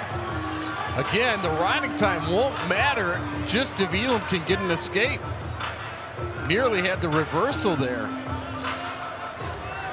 And Elam does have that stall call still. And Elam knows that if he can just get the escape, as Doucette is up on top and in a better position. Now Elam tries to get his legs through. Now Doucette falls on his backside a little bit. And again, Zach Elam, if he can turn things around here, could have a reversal. But Doucette back in that crab ride.